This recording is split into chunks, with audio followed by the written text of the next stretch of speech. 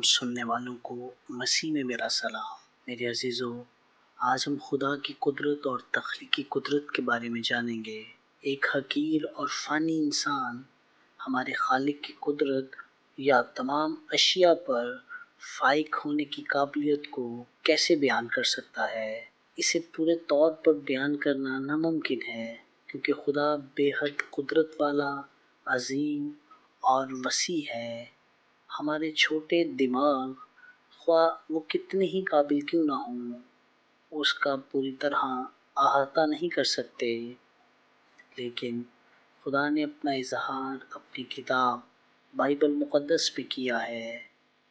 اس میں اس کی قدرت کے بارے میں بتایا گیا ہے کہ وہ سب کچھ یہاں تک کہ جو انسان کی نظر میں ناممکن ہے کر سکتا ہے۔ اس نے اپنی دنیا کو تخلیق کیا اور خلا میں لٹکا دیا، اور اب وہ ہزاروں سالوں سے بلا صحرا صرف اس کے قائم رکھنے والی قدرت سے وہاں لٹکی ہوئی ہے۔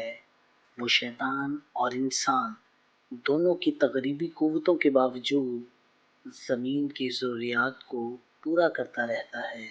آئیں اب ہم اس کے کلام میں سے اس کی لامحدود قدرت کاملہ کی چند جھلکیاں دیکھتے ہیں۔ خدا کی تخلیقی قدرت، یرمیہ 10 باب اور اس کی 12ویں آیت۔ اس نے اپنی قدرت سے زمین کو بنایا، اسی نے اپنی حکمت سے جہان کو قائم کیا اور اپنی عقل سے آسمان کو تان دیا۔ یسایہ اس کا 40 باب اور اس کی 18 آیت، پھر 22، پھر 25 اور پھر 26 آیت۔ بس تم خدا کو کس سے تشبیہ دو گے؟ وہ محیط زمین پر بیٹھا ہے اور اس کے باشندے ٹڈوں کی مانند ہیں۔ وہ آسمان کو پردہ کی مانند تنتا ہے اور اس کو سکونت کے لیے خیمہ کی مانند پھیلاتا ہے۔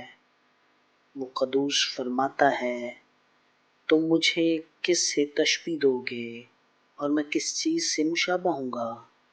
اپنی آنکھیں اوپر اٹھاؤ اور دیکھو کہ ان سب کا خالق کون ہے۔ وہی جو ان کے لشکر کو شمار کر کے نکالتا ہے اور ان سب کو نام بنام بلاتا ہے۔ اس کی قدرت کی عظمت اور اس کے بازوؤں کی توانائی کے سبب سے ایک بھی غیر حاضر نہیں رہتا۔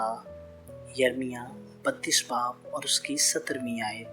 اے خداوند خدا، دیکھ، تو نے اپنی عظیم قدرت اور اپنے بلند بازوؤں سے آسمان اور زمین کو پیدا کیا، اور تیرے لیے کوئی کام مشکل نہیں ہے۔ عبرانیوں 1 باب اور اس کی 1 اور 2 آیت۔ خدا نے اس زمانہ کے آخر میں ہم سے بیٹے کی معرفت کلام کیا، جسے اس نے سب چیزوں کا وارث ٹھہرایا، اور جس کے وسیلہ سے اس نے عالم بھی پیدا کیے۔ خداوند مجھے اور آپ کو برکت دے، آمین۔